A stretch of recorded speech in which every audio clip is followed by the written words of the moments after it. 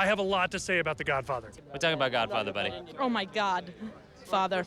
I mean, it's one of the seminal movies of its time. There's the story, everything, it's so great. I've been waiting my life to be asked this. I had no idea that you were going to be talking about The Godfather. I just love those movies like crazy. You know, grew up watching The Godfather. And First lines are, I believe in America.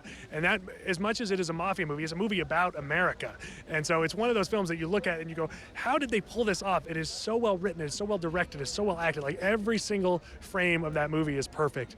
And so it is a joy to behold. I'm actually, through the DVDs, I'm really enjoying even 3 more than the much maligned 3 more than I ever did because of the Coppola's commentary. Francis Ford Coppola is one of my favorite directors. I mean, I just think he's amazing, and The Godfather is one of the movies that made me want to make movies, so I'm very excited to know that they're going to release it in that way. My favorite scene is when the paparazzi are taking pictures of the wedding, and Sonny walks out, breaks their camera, and then throws the cash on the ground, because it shows that even though he's a jerk, he has a code, and he'll still pay for what he broke. I immediately envision that wedding.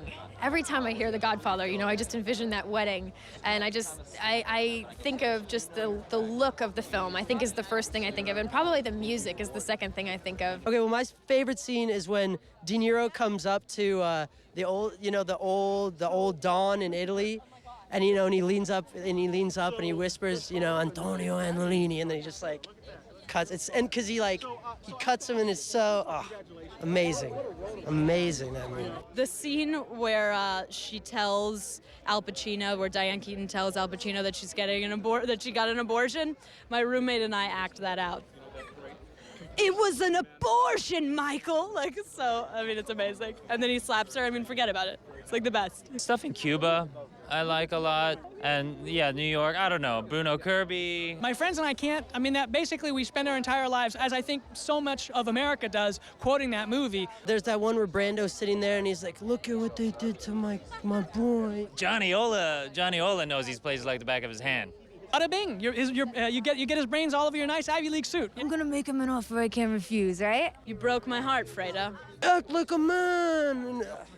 Oh my God, are you kidding? the camera closes in, and it's just, you're just looking at Al Pacino. He wasn't afraid to let the scenes go on and to really explore the characters. Finally, he's in the family. That's one of those moments that kills me. It's just like, man, I don't know. I get it somehow. I get it, yeah. It wasn't quick cuts like it is nowadays. I think that was what was so unique about it. There's something just so real. It doesn't help. It doesn't hurt that there's just phenomenal actors involved. They were just so real, and it was gut-wrenching. And you like the characters, but they're doing horrible things, and that's so confusing and fantastic when you're watching a film. Because if you don't like them at all and they're doing horrible things, then you don't care.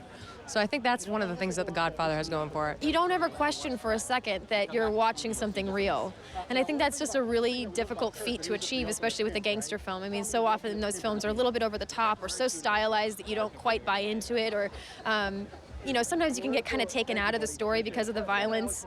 And for whatever reason, they just walked the line so perfectly with all of that, where you got sucked into that world and you kind of feel like you're in the story with the characters, and you almost feel like you're a part of the family. I think that they've tried to recreate something as epic as that many times, and it's failed. It's a combination of the director, the writer, the actors, and sometimes it just works, and most of the time it doesn't. People like Francis Ford Coppola have provided, in many, many forms, moments that stick with me throughout my life all the time. And so, that's kind of it. It was magic, when you get that perfect combination, you get magic. It's everything storytelling should be.